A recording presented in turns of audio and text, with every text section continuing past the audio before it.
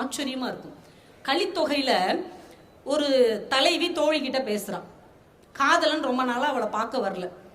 அந்த வருத்தத்தை அவ பகிர்ந்துக்கிறான். காதலன் பார்க்க வராம நான் ரொம்ப மெலிஞ்சி என்னுடைய அழகெல்லாம் குலைந்து போயிடுச்சு. இதுக்கு எவ்வளவோ வார்த்தைகளை சொல்லலாம் இல்லையா? ஆனா கலித்தொகையில் நம்முடைய தமிழ் கவிஞர்கள் புலவர்கள் எப்படி சிந்தித்திருக்கிறார்கள், அவர்களுடைய உணர்வு எப்படி இருக்குங்கிறதுக்கு இந்த ஒரு பாட்டு போதுங்க. இந்த தலைவி தோழி கிட்ட சொல்றா, கரி பொய்த்தான் கீழிருந்த மரம் போல கவின் வாடி எரி பொத்தி என் நெஞ்சம் சுடுமாயின் என் செய்கோ அப்படிங்கிறான்.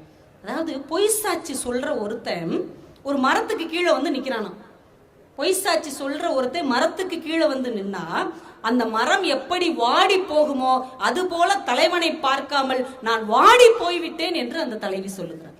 நீங்க சிந்தித்து பாருங்கள், ஒரு காலத்தில் தமிழன் வளர்த்த மரம் கூட உணர்ச்சியோடு இருந்திருக்கிறது, ரோசத்தோடு இருந்திருக்கிறது, மானத்தோடு இருந்திருக்கிறது. பொய் சாட்சி சொன்ன ஒருத்தன் தான் கீழே நின்னா வாடி போயிருதுங்க. அவ்வளவு உணர்வோடு தமிழனின் மரம் இருந்தது. தமிழன் தான் இன்றைக்கு மரத்து போய்விட்டானோ என்று ஒரு வருத்தம் நமக்கு வருகிறது.